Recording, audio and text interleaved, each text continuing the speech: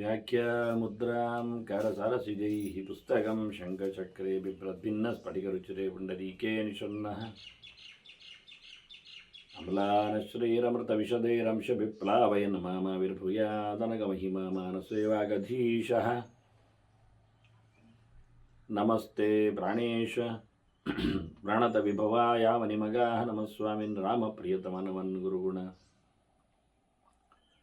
नमस्तुभ्यं भीमप्रबलतमकृष्णेष्ट भगवन् नमः श्रीमन्मध्वप्रदिश सुदर्शन्नो जय जय श्रीगुरुभ्यो नमः नारायणं सुरगुरुं जगदेकनाथं भक्तप्रियं सकललोकनमस्कृतं च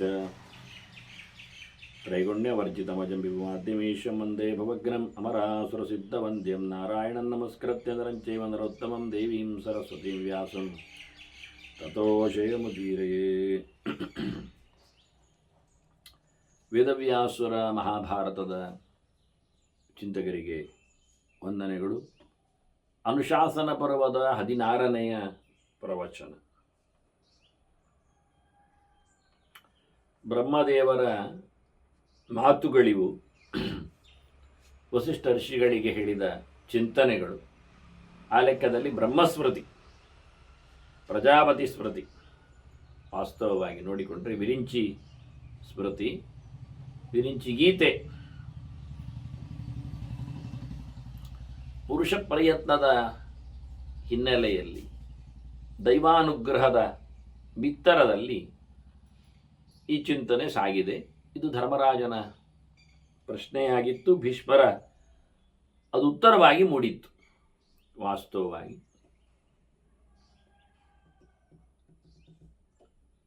ಹೇಗೆ ಕ್ಷೇತ್ರದಲ್ಲಿ ಬಿತ್ತಿದ ಬೀಜವು ಸಸ್ಯವಾಗಿ ಬರುತ್ತೋ ಅಂತ ದೃಷ್ಟಾಂತವನ್ನು ಕೊಡುವ ಮೂಲಕ ಚತುರ್ಮುಖ ಕರ್ಮಣಃ ಫಲನಿರ್ವೃತ್ತಿಂ ಸ್ವಯಮಶ್ನಾತಿ ಕಾರಕಃ. ಯಾರು ಕೆಲಸ ಮಾಡಿದ್ದಾನೆ ಅವನೇ ಅದರ ಫಲವನ್ನು ಉಣ್ಣುತ್ತಾನೆ. ಮಾಡಿದ್ದುಣ್ಣೋ ಮಹಾರಾಯ ಅಂತ ಹೇಳಿದಾಗೆ, ಅದಕ್ಕಿಂತಲೂ ಚೆನ್ನಾಗಿ ಮಾಡಿ ತಿನ್ನು ಅಂತ ಹೇಳುವಂಥದ್ದು.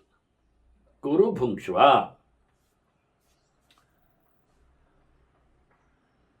ಹೀಗೆ ಬಹಳ ಸುಂದರವಾಗಿ ಕರ್ಮಣಃ ಫಲ ನಿರ್ವೃತ್ತಿಂ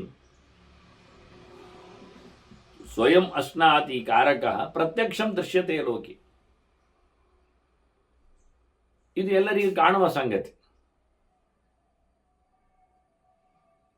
ಕೃತಸ್ಯಾಪಿ ಅಕೃತಸ್ಯ ಚ. ಮಾಡದಿದ್ದವನಿಗೆ ಫಲ ಇಲ್ಲ ಎನ್ನತಕ್ಕಂತಹ ವ್ಯವಸ್ಥೆ, ಮಾಡಿದವನಿಗೆ ಫಲ ಸಿಗುತ್ತೆ ಅನ್ನತಕ್ಕಂತಹ ರೀತಿ.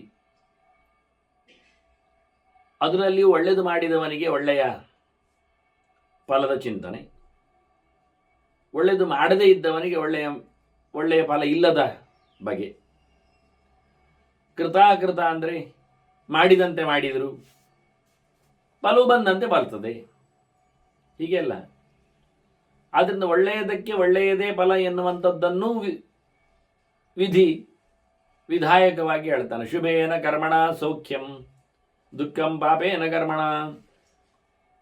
ಇದನ್ನೇ ಮಧ್ವಾಚಾರ್ಯರು ಸೂತ್ರದ ಚಿಂತನೆಯ ನೆರಳಿನಲ್ಲಿ ಸಂಗ್ರಹ ಮಾಡಿ ಹೇಳಿದ್ರು. ಶುಭೇನ ಕರ್ಮಣ ಸ್ವರ್ಗಂ ನಿರಯಂಚ ವಿಕರ್ಮಣ ಅಂತ.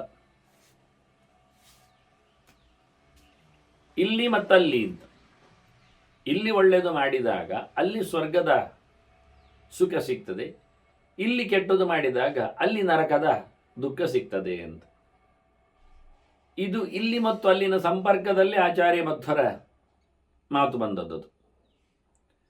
ಅದು ವಿಕರ್ಮಣ ಹೇಳುವ ಮೂಲಕ ವಿರುದ್ಧ ಕರ್ಮವನ್ನು ಗಮನಿಸಿದ್ದಾರೆ, ಗುರುತಿಸಿದ್ದಾರೆ. ಇಲ್ಲಿ ಶುಭೇನ ಕರ್ಮಣ ಸೌಖ್ಯಂ ಅಂತಾರೆ. ಎಲ್ಲೆಂದರಲ್ಲಿ ಸುಖವಾಗಬೇಕಾದರೆ ಇಲ್ಲಿ ಆಗಲಿ ಅಲ್ಲಿ ಆಗಲಿ, ಈಗಾಗಲಿ ಮತ್ತೆ ಆಗಲಿ, ಈ ಜನ್ಮದಲ್ಲಿ ಆಗಲಿ ಇನ್ನೊಂದು ಜನ್ಮದಲ್ಲಿ ಆಗಲಿ, ಈ ಶರೀರದಲ್ಲಿ ಆಗಲಿ ಮಗದೊಂದು ಶರೀರದಲ್ಲಿ ಆಗಲಿ, ನಾವು ಸೌಖ್ಯವನ್ನು ಅನುಭವಿಸಬೇಕಾದರೆ, ಸುಖವನ್ನು ಪಡಿಬೇಕಾಗಿದ್ದರೆ ಒಳ್ಳೆಯ ಕೆಲಸ ಮಾಡಲೇಬೇಕು. ದುಃಖಂ ಪಾಪೇನ ಕರ್ಮಣ. ಅದೇ ಕೆಟ್ಟ ಕೆಲಸ ಆದರೆ, ಅದೇ ವಿಕರ್ಮ ಅಂದರೆ ಕೆಟ್ಟ ಕೆಲಸ, ಮಾಡಬಾರದ ಕೆಲಸ, ಶಾಸ್ತ್ರನಿಂದ್ಯವಾದ ಕೆಲಸ. ಪಾಪಕರ್ಮದಿಂದ ಕೆಟ್ಟ ಕೆಲಸದಿಂದ ದುಃಖವನ್ನು ಅನುಭವಿಸ್ತಾನೆ. ಇಲ್ಲಿಯೂ ದುಃಖವನ್ನು ಅನುಭವಿಸ್ತಾನೆ, ಮುಂದೆಯೂ ದುಃಖವನ್ನು ಅನುಭವಿಸ್ತಾನೆ. ನರಕದಲ್ಲಿಯೂ ಅಂತಹ ಒಂದು ದುಃಖದ ಅನುಭವ ವ್ಯವಸ್ಥೆ ಇದೆ. ಹಾಗಾಗಿ ಒಳ್ಳೆಯದನ್ನೇ ಮಾಡಬೇಕು ಎನ್ನುವುದು ಅರ್ಥ ಆಗ್ತದೆ. ಕೃತಂ ಸರ್ವತ್ರ ಲಭತೆ ನಾಕೃತಂ ಭುಜ್ಯತೆ ಕ್ವಚಿತ್. ಅದರಿಂದ ಒಳ್ಳೆಯದು ಮಾಡಿದ್ದಾಗಲಿ ಕೆಟ್ಟದ್ದು ಮಾಡಿದ್ದಾಗಲಿ ಮಾಡಿದ್ದರ ಫಲವನ್ನು ಪಡಿಲೇಬೇಕು. ಮಾಡದ್ದರ ಫಲವನ್ನು ನಿರೀಕ್ಷೆ ಮಾಡುವಂತೆ ಅಲ್ಲ. ನಾ ಅಕೃತಂ ಭುಜ್ಯತೆ ಕ್ವಚಿತ್. ನಾನು ಮಾಡಲಿಲ್ಲ ಅಂದರೆ ಫಲ ಇಲ್ಲ. ನಾನು ಕೆಟ್ಟದ್ದು ಮಾಡಲಿಲ್ಲ, ಸರಿ, ಹಾಗಾದ್ರೆ ದುಃಖ ಇಲ್ಲ. ನಾನು ಒಳ್ಳೆಯದು ಮಾಡಲಿಲ್ಲ, ಹಾಗಾದ್ರೆ ಸುಖ ಇಲ್ಲ. ಮಾಡದೇ ಇದ್ದದ್ರಿಂದ ಯಾವುದೇ ರೀತಿಯಾದಂತಹ ಫಲದ ಭೋಗಕ್ಕೆ ಅವನು ಪಾತ್ರನಾಗುವುದಿಲ್ಲ. ಕೃತಿ ಸರ್ವತ್ರ ಲಭತೆ ಪ್ರತಿಷ್ಠಾಂ ಭಾಗ್ಯ ವೀಕ್ಷಿತ. ಈಗ ಮಾಡಿದವನು ಪಡೆಯಬೇಕಾಗಿರತಕ್ಕಂಥ ಏನೊಂದು ಸೌಖ್ಯ ಇದೆ, ವಿಶೇಷತೆ ಇದೆ, ನೆಲೆಗಟ್ಟು ಇದೆ, ಅದು ಹೇಗೆ ಬಂತು ಅವನಿಗೆ ಫಲ ಅಂದರೆ ಅದು ಭಾಗ್ಯ ವೀಕ್ಷಿತ, ದೇವರು ಕೊಟ್ಟದ್ದು. ದೈವ ಚೆನ್ನಾಗಿ ಅವನನ್ನು ನೋಡಿಕೊಂಡಾಗ ಅವನು ಮಾಡಿದ ಕೆಲಸಕ್ಕೆ ಫಲ ಎನ್ನುವುದು ಪರಿಪೂರ್ಣವಾಗಿ ಸಿಗ್ತದೆ.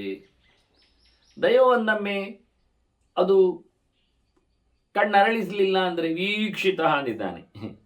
ವಿಶೇಷವಾಗಿ ಅರಳಿದ ಕಣ್ಣಿನಲ್ಲಿ ದೈವ ನೋಡದೇ ಇದ್ದರೆ, ಆಚೆಮುಖ ಮಾಡ್ತಾ ಇದ್ದರೆ, ಅವನು ಕರ್ಮ ಮಾಡಿದರೂ ಪರಿಪೂರ್ಣವಾದಂಥ ಫಲವನ್ನು ಪಡೆಯುವುದಿಲ್ಲ.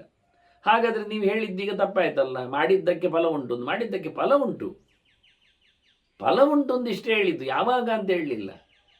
ಹೀಗೆ ಮಾಡಿದ್ದಕ್ಕೆ, ತಪ್ಪು ಮಾಡಿದ್ದಕ್ಕೆ ಪಾಪ ಉಂಟು, ದುಃಖ ಉಂಟು ಅಂತ ಈಗಲೇ ಹೇಳಿದ್ದೇವೆ ನಾವು. ಇಲ್ಲಿ ಮತ್ತಲ್ಲಿ ಎರಡು ಕಡೆಯಲ್ಲಿ ಇಟ್ಟುಕೊಂಡೇವಷ್ಟೇ. ಯಾವಾಗ ಅಂತ ಕಾಲವನ್ನು ನಿರ್ದೇಶ ಮಾಡಲಿಲ್ಲ. ಶರೀರ ಬಿಟ್ಟ ನಂತರ ಎನ್ನುವುದನ್ನು ಹೇಳಿಕೊಂಡೇವೆ, ಆದರೆ ಎಷ್ಟನೇ ಶರೀರ ಬಂದಾಗ ಅಂತ ಹೇಳಲಿಲ್ಲ. ಈ ಶರೀರದಲ್ಲಿ ಅಲ್ಲದಿದ್ದರು ಇನ್ನೊಂದು ಶರೀರದಲ್ಲಿ ಅಂತ ಹೇಳುವಾಗಲಿ ಇನ್ನೊಂದು ಯಾವ ಶರೀರ, ವೆರಿ ನೆಕ್ಸ್ಟ್ ಅಂತ ಹೇಳಿತಾ, ಅಥವಾ ಮನುಷ್ಯ ಶರೀರ ಮಾತ್ರ ಅಂತ ತಿಳಿಸಿತಾ? ಕ್ರಿಮಿಕೀಟಾದಿಗಳು ಹುಟ್ಟಿ ಬರುವುದಲ್ಲವ, ಬಂದಾಗಲೂ ದುಃಖ ಅನುಭವಿಸಬಾರದು ಅಂತ ಇಲ್ಲಲ್ಲ ಅಲ್ಲಿ ಸಹ. ಆದ್ದರಿಂದ ಮಾಡಿದವನು ಫಲವನ್ನು ಉಣ್ಣುತ್ತಾನೆ ಎನ್ನುವುದರಲ್ಲಿ ವಿರೋಧ ಇಲ್ಲ. ಇದು ವ್ಯಾಪ್ತಿ. ಮಾಡಿದ್ದಾನೆ ಉಣ್ಣುತ್ತಾನೆ ಮಾಡಿದ್ದಾನೆ ಅಂತ ಸಮವ್ಯಾಪ್ತಿಕವಾದ ಸಮ ವ್ಯವಸ್ಥೆ ಇದು. ಅದು ಬಿಟ್ಟು ಮಾಡಿದವನು ಕೂಡಲೇ ಉಣ್ಣುತ್ತಾನೆ ಹೇಳಲಿಲ್ಲ ನಾನು, ಪೂರ ಉಣ್ಣುತ್ತಾನೆ ಅದು ತಿಳಿಸಲಿಲ್ಲ. ಯಾವಾಗಲಾದರೂ ಅದಕ್ಕೆ ಬರಬೇಕಾದದ್ದು ಸಿಕ್ಕೇ ಸಿಗ್ತದೆ. ತಡ ಮಾಡಿದ್ದರಿಂದ ಅದು ಸೋಲಾಯಿತು ಹೇಳಿದರೆ ಇಲ್ಲಪ್ಪ ಬಡ್ಡಿ ಸಮೇತ ಕೊಡುವ ಅದಕ್ಕೇನಂತೆ, ಅದನ್ನು ಸೋಲಾಗ್ತದೆ ಹೇಳಲಿಲ್ಲ. ಈಗ ನಿನಗೆ ಉಣ್ಲಿಕ್ಕೆ ಅನುಕೂಲ ಆಗಲಿಲ್ಲ, ಅದರಿಂದ ಮತ್ತೆ ಕೊಡಬೇಕಾಯಿತು ಎನ್ನುವುದು ಸತ್ಯ. ಈಗ ಒಬ್ಬ ತೋಟದಲ್ಲಿ ದುಡಿದು ತಾನೇ ಪರ್ಚೇಸ್ ಮಾಡಿ, ಬೆವರಿಳಿಸಿ ಪರ್ಚೇಸ್ ಮಾಡಿದ ಕಂಡದಲ್ಲಿ ಗದ್ದೆಯಲ್ಲಿ ತಾನೇ ಉಳುಮೆ ಮಾಡಿಸಿ ಪ್ರಯತ್ನಪಟ್ಟು ಸಂಪಾದನೆ ಮಾಡಿಕೊಂಡ ಅಕ್ಕಿ ಅನ್ನ ಮಾಡಿ ಮುತುವರ್ಜಿ ವಹಿಸಿ ಯೋಗ್ಯ ರೀತಿಯಲ್ಲಿ ಒಂದು ಸಾವಿರಾರು ಜನರಿಗೆ ಆತ ದಾನ ಮಾಡಿದರೆ ಅನ್ನದಾನ ಆಯ್ತು. ಈಗ ಇದರಲ್ಲಿ ಎಲ್ಲಿಯೂ ಯಾವುದೇ ಪ್ರಕಾರವಾದದ್ದರಲ್ಲಿಯೂ ಮೋಸ ಇರಲಿಲ್ಲ, ಪ್ರಯತ್ನಗಳಿದ್ದವು.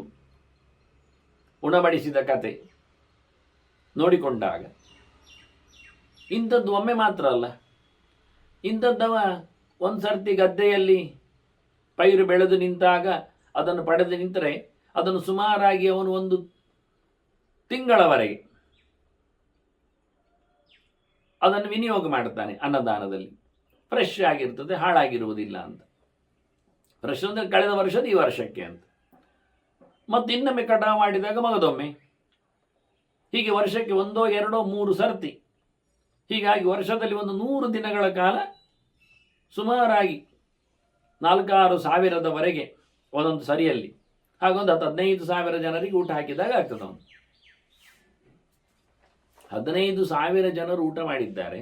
ಈಗ ಅವನಿಗೆ 15,000 ಊಟ ಹಿಂದೆ ಸಿಗಬೇಕು, ಸಮ ಫಲ ಅಂತ ಆದರೆ ಅವನಿಗೆ 15,000 ಊಟ ಆಗಬೇಕು. ಈಗ ಇದು 2 ವರ್ಷ ಮಾಡಿದಾಗ ಅವನಿಗೆ 30,000 ಊಟ ಆಗಿ ಆಯಿತು. ಅವನಿಗೆ ಹಿಂದೆ ಬರುವಂಥದ್ದು.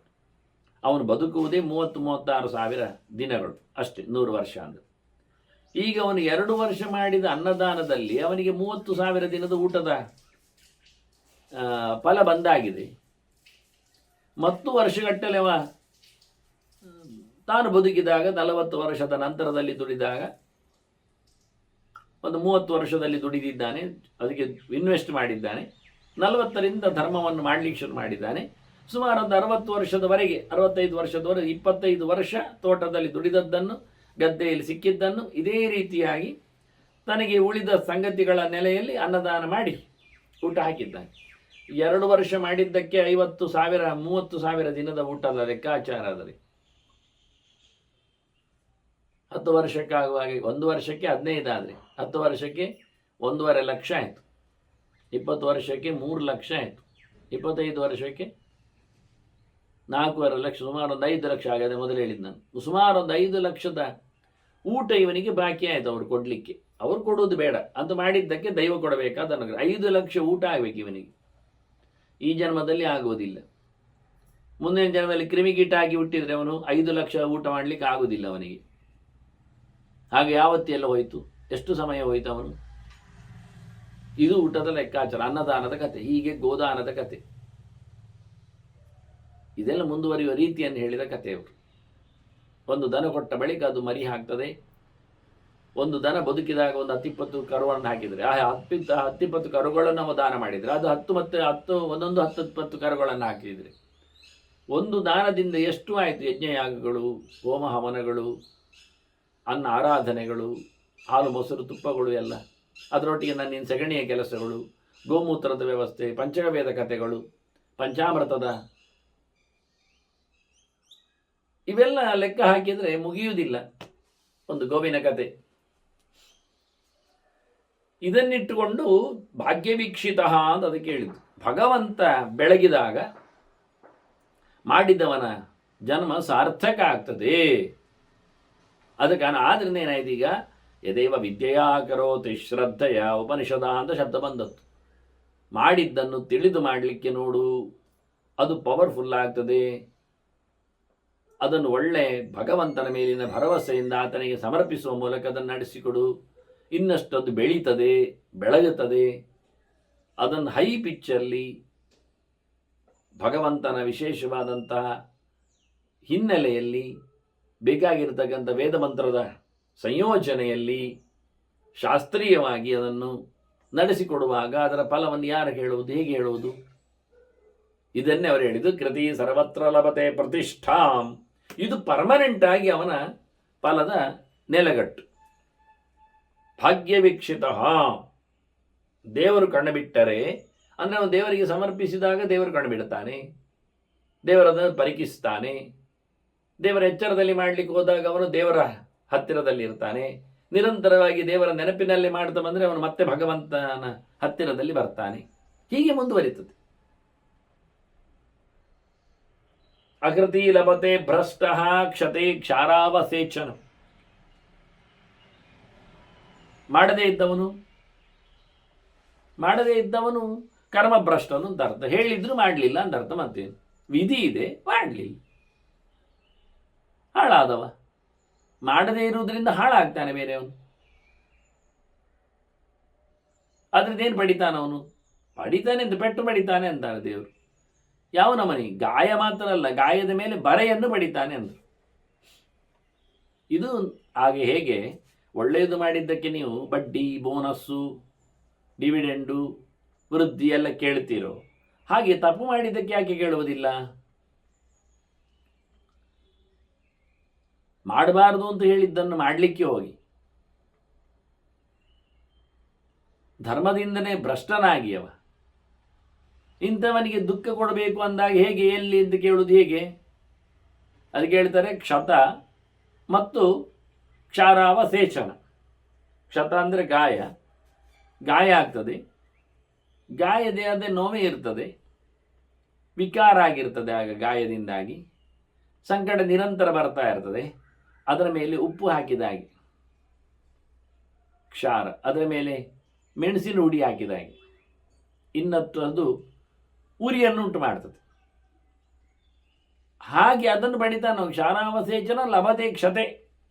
ಗಾಯದಲ್ಲಿ ಉರಿಯನ್ನು ಆತ ಬಡಿತಾನೆ, ಕರ್ಮವನ್ನು ಮಾಡದೆ ಭ್ರಷ್ಟನಾದದ್ದರಿಂದ. ತಪಸಾರೂಪ ಸೌಭಾಗ್ಯಂ ರತ್ನಾನಿ ವಿವಿಧಾನಿ ಚ ಪ್ರಾಪ್ಯತೆ ಕರ್ಮಣ ಸರ್ವಂ ನ ದೈವಾತ್ ಅಕೃತಾತ್ಮನ. ಮಾಡದೇ ಇದ್ದವನಿಗೆ ಏನು ಸಿಗುವುದಿಲ್ಲ. ಕೊಡುವುದು ದೇವರಲ್ವಾ? ಎಲ್ಲಿ ಹೇಗೆ ಕೊಡಬೇಕು, ಎಷ್ಟು ಕೊಡಬೇಕು, ಎಂಥದ್ದು ಕೊಡಬೇಕು ಎಲ್ಲ ಹೇಳುವಂಥದ್ದು ಭಗವಂತನೇ.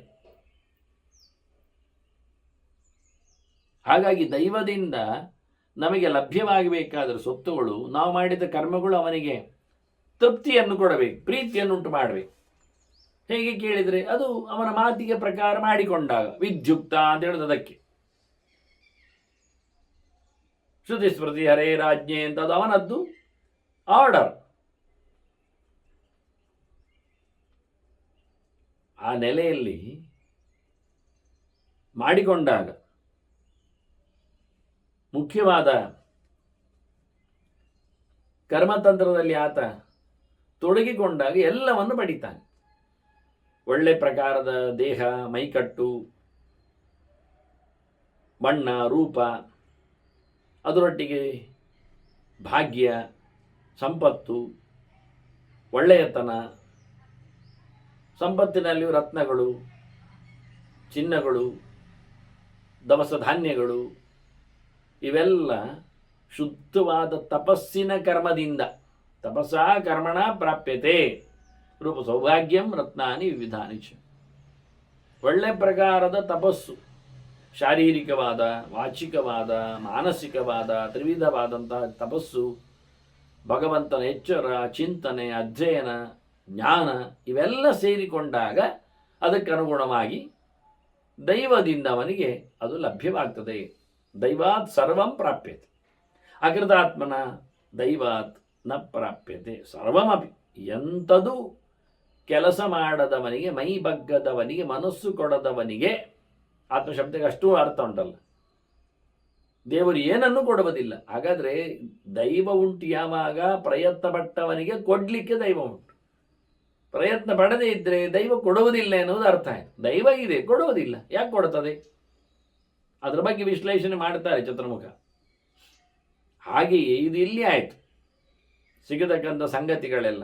ತಥಾ ಸ್ವರ್ಗಶ್ಚ ಭೋಗಶ್ಚ ನಿಷ್ಠಾಮಾಚ ಮನೀಷಿತ. ಜ್ಞಾನ ಆಗಲಿ, ಬುದ್ಧಿವಂತಿಕೆ ಆಗಲಿ, ಚಿಂತನೆಯ ವ್ಯವಸ್ಥೆ ಆಗಲಿ, ಅಥವಾ ಅಧಿಕಾರ ಆಗಲಿ, ಪೋಸ್ಟ್ ಆಗಲಿ, ಸ್ವರ್ಗವೇ ಆಗಲಿ, ಭೋಗವೇ ಆಗಲಿ, ಎಲ್ಲವೂ ಸಿಗುವಂಥದ್ದು ಹೀಗೆ ಸರ್ವಂ ಪುರುಷಕಾರೇಣ ಕೃತೇನೇಹ ಉಪಲಭ್ಯ. ಇಲ್ಲಿ ಸಿಗಬೇಕಾಗಿರುವಂಥದ್ದು ಸ್ವರ್ಗ ಅಲ್ಲಿ ಸಿಗುವಂಥದ್ದು. ಇಲ್ಲಿ ಎಂಥದ್ದು ಬೇಕಾದ ಸಿಗುವುದಾದರೂ ಪ್ರಯತ್ನ ಪಟ್ಟಾಗ ಮಾತ್ರವೇ ಲಭ್ಯ. ಪ್ರಯತ್ನ ಪಟ್ಟವನಿಗೇ ಸಿಗ್ತದೆ ಎಲ್ಲವೂ. ಸರ್ವೇ ಪುರುಷಕಾರೇಣ ಮಾನುಷ್ಯ ದೇವತಾಂಗತಃ. ಎಷ್ಟು ಪ್ರಯತ್ನಶೀಲತೆಯಿಂದ ಸಫಲರಾಗಿದ್ದಾರೆ ಕೇಳಿದರೆ, ಕೆಲವರು ಮನುಷ್ಯರು ಸಾಧನೆ ಮಾಡಿಯೇ ದೇವತೆಗಳಾದದ್ದು. ಕರ್ಮಣ ದೇವಾನ ಪಿಯಂತಿ ಅಂತ ಇಲ್ವಾ? ಕರ್ಮಜ ದೇವತೆಗಳು ಅಂತ ಬಲಿ ನೋಡಿ, ತನ್ನನ್ನೇ ತಾನು ಸಮರ್ಪಿಸಿಕೊಂಡು ಭಗವಂತ ಅಂತ ಗೊತ್ತಾಗಿ ಅವನು ತನ್ನನ್ನು ಪದಚ್ಯುತಿಗೊಳಿಸ್ತಾನೆ ಎನ್ನುವುದನ್ನು ಅರ್ಥ ಮಾಡಿಕೊಂಡರೂ, ಸರ್ವಸ್ವ ಹೋದಾಗ ಕೊಡ್ತೇನೆ ಹೇಳಿ ಬಾಯಿ ತಪ್ಪಿದ್ರು ತೊಂದರೆ ಇಲ್ಲ ಅಂತ ಹೇಳಿಕೊಳ್ಳುವ ನೀತಿ ತಿಳಿದುಕೊಂಡರೂ, ಏನು ನಮ್ಮಲ್ಲಿ ಬೇಕಾದಷ್ಟು ಪೌರುಷವಂತರು ಇರಲಿಲ್ವಾ ಅಂತ ಹೇಳತಕ್ಕಂಥ ಅಹಮಿಕೆಯಿಂದ, ಗರ್ವದಿಂದ ಬಲಿ ಕೊಬ್ಬಿದ್ದರೂ ಅಲ್ಲ ಅಂತ ಹೇಳಿಕೊಂಡು ಭಗವಂತನಿಗೆ ತಾನು ಎಲ್ಲವನ್ನು ಕೊಟ್ಟ. ಎಲ್ಲಿಯವರೆಗೆ ಅಂದರೆ ಅವನ ಪ್ರೀತಿಯಿಂದ ದೇವರು ಸಿಕ್ಕಿಬಿದ್ದರು ಕೇಳಿದರೆ, ದೇವರೇ ಹೇಳ್ತಾನೆ, ನಾನು ಕಸಿಯಲು ಬಂದವ ಅವನಿಂದ, ಆದರೆ ನಾನು ಸಿಕ್ಕಿಬಿದ್ದೆ, ನಾನು ಕೊಡಲು ಬರಬೇಕಾಗಿ ಬಂದು ಅಂತ. ಹೇಗೆ ಕೇಳಿದರೆ, ಆತ ಬಂದವನೇ ನನ್ನದು ಚಂದ ಮಾಡಿ ಕಾಲು ತೊಳೆದ, ತುಂಬು ಭಕ್ತಿಯಿಂದ ಅರಿವಿನಿಂದ ನನ್ನ ಪಾದಗಳನ್ನು ತೊಳೆದು ಆ ತೊಳೆದ ನೀರನ್ನು ಅಷ್ಟೇ ಶುದ್ಧ ಅಂತಃಕರಣದಿಂದ ತನ್ನ ತಲೆ ಮೇಲೆ ಹೊತ್ತುಕೊಂಡ. ಇನ್ನೆಂತ ಮಾಡುದು? ಪಾದ ತೀರ್ಥ ತಲೆ ಮೇಲೆ ಹೊತ್ತುಕೊಂಡವನಿಗೆ ಏನೆಲ್ಲ ಸಿಗಬೇಕು ಅಂತ ಕೇಳಿದರೆ ನನ್ನಲ್ಲಿ ಕೊಡಬೇಕಾದ ಸಂಗತಿಗಳು ಕಡಿಮೆ ಆಗ್ತದೆ ಅಂತಾನೆ ದೇವರು ಸುಮ್ಮನೆ ಹೇಳುವಾಗ. ಹಾಗಾಗಿ ಇವನಿಗೆ ಸ್ವರ್ಗದ ಒಡೆತನ ಮಾತ್ರ ಅಲ್ಲ ಕೊಡಬೇಕಾದ್ದು, ಇನ್ನು ಹೆಚ್ಚಿನ ಲೋಕದ ಒಡೆತನ ಕೊಡಬೇಕಾಗ್ತದೆ ಅವನು ಮಾಡಿದ ಕರ್ಮ ನೋಡಿದ್ದು. ಇನ್ನು ದಾನ ಬೇರೆ ಕೊಡ್ತಾನವ ನನಗೆ. ಪಾದ ತೊಳೆದ ನೀರನ್ನು ಹೊತ್ತುಕೊಂಡದ್ದಕ್ಕೆ ಇಷ್ಟು ಫಲ ಆಗಿಬಿಟ್ರೆ ಇನ್ನು ಅವನು ಮಾಡಿರತಕ್ಕಂಥ ಉಪಚಾರಗಳ ಬಗ್ಗೆ ನಾನೇನು? ಅದರಿಂದ ಕೇಳಿ ಪಡೆಯಲು ಬಂದವ ನಾನು, ನನ್ನಲ್ಲೇ ಅವನು ಕಸಿದುಕೊಂಡು ಬಿಟ್ಟಲ್ಲ ಅಂತ ಹೇಳ್ತಾನೆ. ಅದನ್ನ ಭಗವಂತನಿಗೆ ಅತಿಶಯಿತವಾದಂತಹ ಪ್ರೀತಿಯ ಕರ್ಮಗಳನ್ನು ಮಾಡುವ ಮೂಲಕ ಬಲಿರಾಜ ದೇವತೆಗಳ ಪದವಿಯನ್ನು ಗಿಟ್ಟಿಸಿಕೊಂಡ. ಹಾಗೆ ನೌಷ ಆಗಲಿಲ್ವ ಸ್ವರ್ಗದ ಒಡೆಯ? ಇಂಥದ್ದೇ ಅನೇಕ ಕರ್ಮಗಳು, ಕಥೆಗಳು, ಕೆಲಸಗಳು ಇವೆ. ಅದನ್ನ ಎಲ್ಲರೂ ಸಹ ಮನುಷ್ಯರು ಪ್ರಯತ್ನ ಪಟ್ಟೆ, ಯಾರೆಲ್ಲ ದೇವತೆಗಳಾಗಿ ನಿಂತಿದ್ದಾರೆ ಮನುಷ್ಯರಿಂದ ಅವರೆಲ್ಲ ಪ್ರಯತ್ನ ಪಟ್ಟೆ ಆದದ್ದು, ಸುಮ್ಮನೆ ಆದದ್ದಲ್ಲ. ಯಾರಿಗೂ ಪುಕ್ಸಾಟ ಸಿಗಲಿಲ್ಲ. ತಪಸ್ಸು ಸಹ ಕಠೋರವಾದಂಥ ನಿಯಮವೇ ಅಲ್ವಾ, ಅದು ವರ್ಕೆ ಅಲ್ವಾ. ತಪಸ್ಸಿನಿಂದ ಪಡೆದ ಹೇಳಿದ್ರು ಸಹ ತಪಸ್ಸು ಎನ್ನುವುದೇ ಪ್ರಧಾನವಾದಂಥ ಒಂದು ಕರ್ಮವೇ. ಅಂತೂ ಮಾಡದೆ, ಏನು ನಡೆಸದೆ ಏನು ಆಗುವುದಿಲ್ಲ. ಅರ್ಥೋ ವಾ ಮಿತ್ರವರ್ಗೋ ವಾ ಐಶ್ವರ್ಯಂ ವಾ ಕುಲಾನ್ವಿತಂ ಶ್ರೀಶ್ಚಾಪಿ ದುರ್ಲಭ ಭೋಕ್ತುಂ ತಥೈವ ಅಕೃತಕರ್ಮಭಿ. ಯಾರು ಚೂರು ಪ್ರಯತ್ನ ಪಡುವುದಿಲ್ಲ, ಕೆಲಸ ಮಾಡಲಿಕ್ಕೆ ಹೋಗುವುದಿಲ್ಲ, ಒಳ್ಳೆಯದನ್ನು ನಡೆಸುವುದಿಲ್ಲ, ಅಂಥವರಿಗೆ ಸಂಪತ್ತೇ ಸಿಗುವುದಿಲ್ಲ. ಯಾವ ಅವರ ವೃತ್ತಿಗಳು, ಕೆಲಸಗಳು, ಯೋಚನೆಗಳು ನಡೆಯುವುದಿಲ್ಲ, ಎಂಥದೂ ಸಿಗುವುದಿಲ್ಲ ಅವರಿಗೆ. ಯಾವ ವಿಷಯದಲ್ಲಿ ಅವರು ಸಕ್ಸಸ್ ಆಗುವುದಿಲ್ಲ. ಹಾಗೆಯೇ ಅವನಿಗೆ ಯಾರೊಬ್ಬರು ಮಿತ್ರರು ಬರುವುದಿಲ್ಲ, ಸಹಾಯಕರು ಸಿಗುವುದಿಲ್ಲ, ಫ್ರೆಂಡ್ಸು ಇಲ್ಲ. ಎಂತ ಪ್ರಯತ್ನ ಮಾಡಲಿಲ್ಲ ಯಾವುದಕ್ಕೆ ಅವನು ಯಾರನ್ನು ಸಹ ಮಾತಾಡಿಸುವುದಾಗಲಿ ಕೇಳಿಕೊಳ್ಳುವುದಾಗಲಿ. ಅದರಂತೆ ಒಡೆತನವೂ ಸಿಗುವುದಿಲ್ಲ. ಒಳ್ಳೆ ವಂಶದಲ್ಲಿನ ಮತ್ತೆ ಜನ್ಮಾದಿಗಳು ಬರುವುದಿಲ್ಲ ಅವನಿಗೆ. ಒಳ್ಳೆಯ ಕಾಂತಿ, ಒಳ್ಳೆಯ ಮಾತು, ಒಳ್ಳೆಯ ಬುದ್ಧಿ, ಇದು ಯಾವುದು ಸಹ ಸುಮ್ಮನೆ ತನ್ನಷ್ಟಕ್ಕೆ ಏನೂ ಪ್ರಯತ್ನ ಪಡದೆ ಸಿಗುವಂಥದ್ದಲ್ಲ, ಸಿಗುವುದಿಲ್ಲ. ಯಾರಿಗೆ ಯಾವುದರಿಂದ ಈ ವಿಶೇಷವಾದಂಥ ಸಂಪತ್ತು, ಕಾಂತಿ, ವಿದ್ಯೆ ಇವೆಲ್ಲ ಬರ್ತದೆ ಕೇಳಿದರೆ ಅದಕ್ಕೊಂದು ಆಶ್ರಮದ ಮೇಲೆ ಅದು ಡಿಪೆಂಡ್ಸ್ ಆಗಿದೆ ಅಂತ ಒಂದು ಅಪೂರ್ವವಾದ ಮಾತನ್ನು ಬ್ರಹ್ಮದೇವರಲ್ಲಿ ಹೇಳುತ್ತಾರೆ. ಇದನ್ನು ನಾನು ನನ್ನ ಸಂಧ್ಯಾ ಸಮೀಕ್ಷೆಯಲ್ಲಿ ನಾನು ಅದನ್ನು ನೋಟ್ ಮಾಡಿಟ್ಟುಕೊಂಡಿದ್ದೇನೆ ಹಿಂದೆ.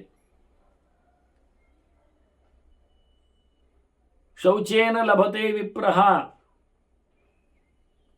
ಕ್ಷತ್ರಿಯ ವಿಕ್ರಮೇಣ ತು ವೈಶ್ಯ ಪುರುಷಕಾರೇಣ ಶೂದ್ರ ತಥಾ ಶೂದ್ರ ಶುಶ್ರೂಷೆಯ ಶ್ರಿಯಂ. ಶೌಚೇನ ಲಭತೆ ವಿಪ್ರಃ ಶ್ರಿಯಂ. ಶುದ್ಧಾಚಾರದಿಂದ, ಮಡಿವಂತಿಕೆಯಿಂದ ನಮಗೆ ಅಶೌಚ, ಆಶೌಚ ಅಂದರೆ ಗೊತ್ತುಂಟು, ಮುಟ್ಟದಿರುವುದು ಅಂತ ಅರ್ಥದಲ್ಲಿ ಅದನ್ನು ಉಲ್ಲೇಖ ಮಾಡುತ್ತೇವೆ. ಅದರಲ್ಲಿ 2 ಪ್ರಕಾರದ ಆಶೌಚ ಇದೆ. ಜಾತಾಶೌಚ, ಮೃತಾಶೌಚ ಅಂತ ಸ್ಪಷ್ಟವಾಗಿ ನೋಡಿಕೊಂಡಾಗ ಹೆತ್ತ ಒಂದು ಮೈಲಿಗೆ, ಸತ್ತ ಒಂದು ಮೈಲಿಗೆ ಅಂತ. ಇದರಲ್ಲಿ ಎಷ್ಟೋ ಮತ್ತೆ ಅವಾಂತರ ಭೇದಗಳೆಲ್ಲ ಇವೆ. ಕುಟುಂಬಕ್ಕೆ ಬಂದಾಗ, ಬಂಧುವರ್ಗಕ್ಕೆ ನಿಂತಾಗ ಹೇಳಿಕೊಳ್ಳುವ ಮುಖದಲ್ಲಿ. ಇದಿಷ್ಟೇ ಅಲ್ಲದೆ ಇದರ ಎಡೆಯಲ್ಲಿ ಇನ್ನೊಂದು ಸೇರಿಕೊಂಡಿದೆ, ಅದು ನಡುವೆ ಬರ್ತದೆ. ಮುಟ್ಟು ಎನ್ನುವಂಥದ್ದು, ಮುಟ್ಟಬಾರದು ಎನ್ನುವ ನೆಲೆಯಲ್ಲಿ ರಜಸ್ವಲೆ ಎನ್ನುವುದು. ಇದು ಎಕ್ಸ್ಕ್ಲೂಸಿವ್ಲಿ 2 ಅಲ್ಲದ ಕತೆ.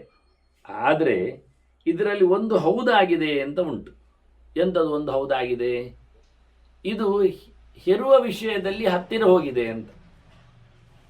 ಇದು ಸತ್ತ ಸಂಗತಿ ಅಲ್ಲ, ಇದು ಹೆತ್ತ ಸಂಗತಿ ಹತ್ತಿರದಲ್ಲಿದೆ ಅಂತ. ಅದರಿಂದ ಹೆತ್ತ ಮೈಲಿಗೆಯ ಹತ್ತಿರದಲ್ಲಿ ರಜಸ್ವಲೆಯ ಮೈಲಿಗೆ ಗಮನಕ್ಕೆ ತರ್ತದೆ.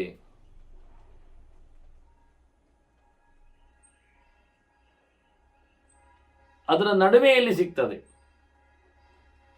ಇನ್ನಿವರನ್ನು ಮುಟ್ಟಿಕೊಂಡವರದ್ದು ಸಂಪರ್ಕ ಶೌಚಗಳು ಅಂತ, ಸಂಸರ್ಗ ಶೌಚಗಳು ಅದು ಬೇರೆ ಇದೆ.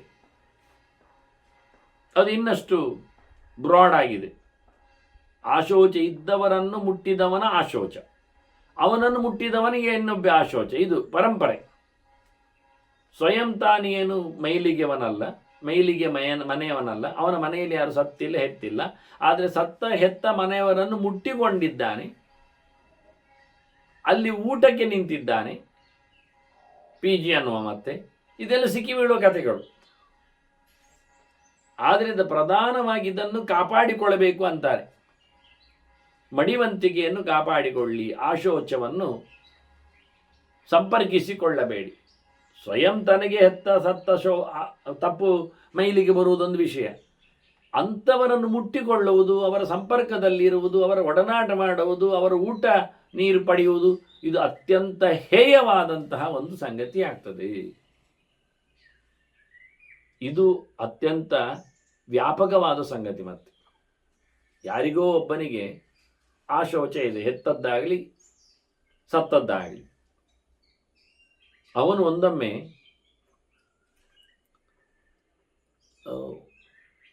ಯಾವುದೋ ಒಂದು ಅಂಗಳದಲ್ಲಿಯೋ ಅಥವಾ ಒಂದು ಕಡೆಯಲ್ಲಿಯೋ ಹೊರಗಿನಿಂದ, ಅಂಗಳ ಅಂತ ಹೇಳಿದ ಅದಕ್ಕೆ ನಾವು ದೇವಸ್ಥಾನದಲ್ಲಿಯೂ ಅಂಗಳ ಇದೆ, ಮನೆಯಲ್ಲಿಯೂ ಅಂಗಳ ಇರ್ತದೆ,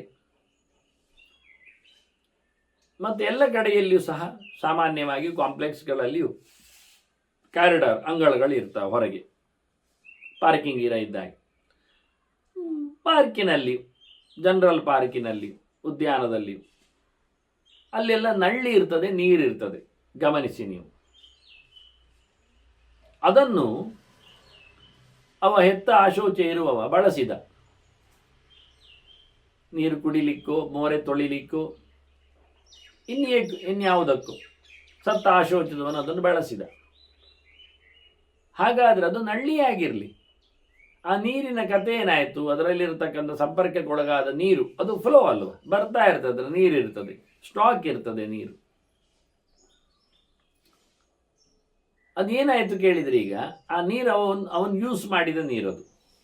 ನಾವು ಕೊರೋನಾ ಸಮಯದಲ್ಲಿ ನಾವು ನೋಡಿದ್ದೇವೆ, ಕೆಲವರು ಕುಡಿದಿಟ್ಟ ನೀರನ್ನು ಇನ್ನೊಬ್ಬರು ಕುಡಿದಾಗ ಅವನು ಹೇಗೆ ಸಾಯ್ತಿದ್ದ ಅಂತ, ಸಂಪರ್ಕಕ್ಕೆ ಒಳಗಾಗ್ತಿದ್ದ ಅನ್ನೋದು ನಮಗೆ ಆಶೋಚ ಕಾಣುವುದಿಲ್ಲ. ಹೇಳೋದಕ್ಕೆ ನಾನು ಕೊರೋನಾದ ಪ್ರತ್ಯಕ್ಷ ಮಾಡಿದ್ದು, ಬ್ಯಾಕ್ಟೀರಿಯಾಗಳು ಹೇಗೆ ಕಾಣುತ್ತಾವೆ ಅಂತೇಳಿ, ಹಾಗೆ ಪಾಪ ಎನ್ನುವುದು ಹೇಗೆ ಸಂಕ್ರಮಣ ಆಗ್ತದೆ ಎನ್ನುವುದು ಲೆಕ್ಕಾಚಾರದಲ್ಲಿ.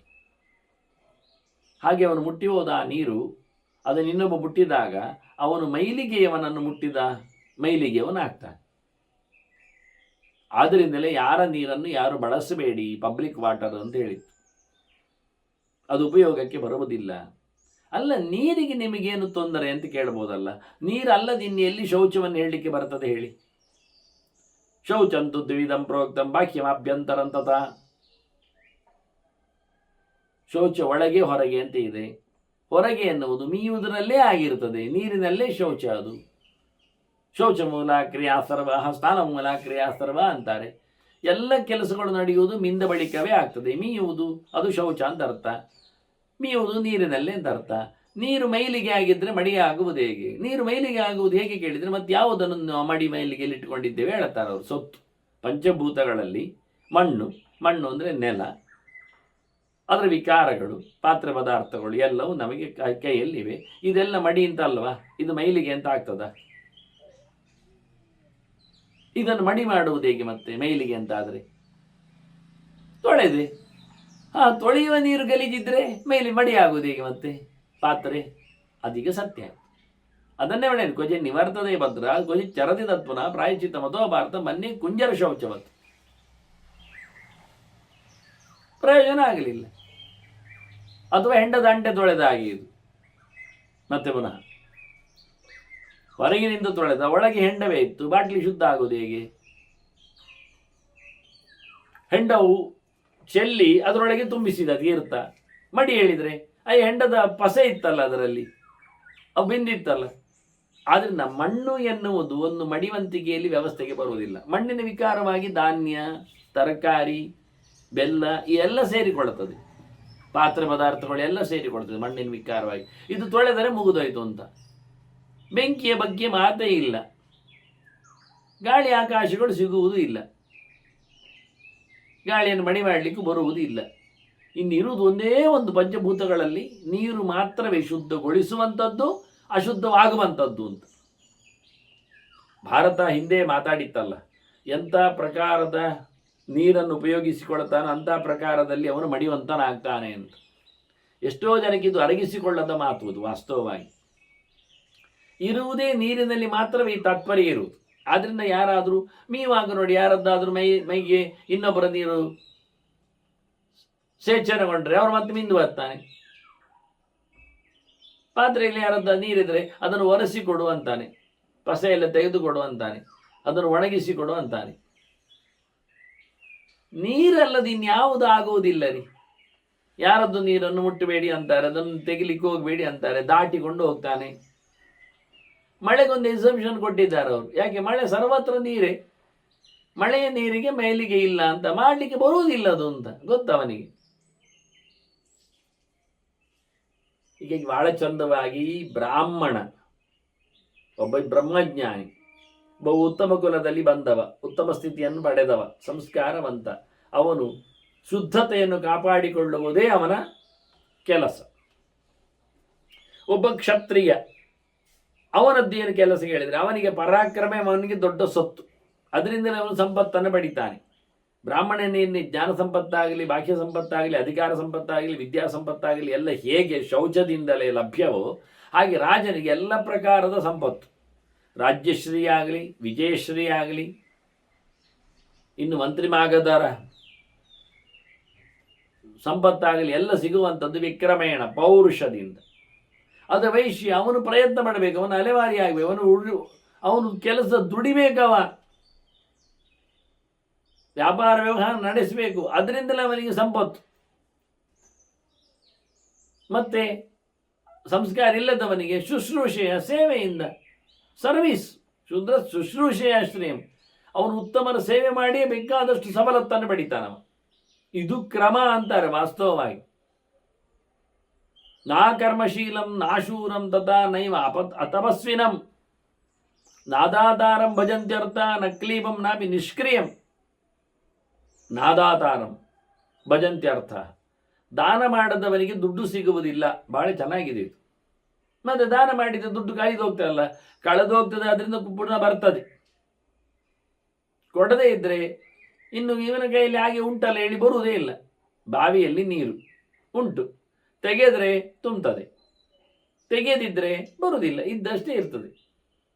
ಅದನ್ನ ತೆಗೆದಾಗ ಬಾವಿಯಲ್ಲಿ ನೀರು ತುಂಬಿದ ಹಾಗೆ ದಾನ ಮಾಡಿದಾಗ ಅವನಿಗೆ ಸೊತ್ತುಗಳು ಒಟ್ಟು ಸೇರ್ತವೆ.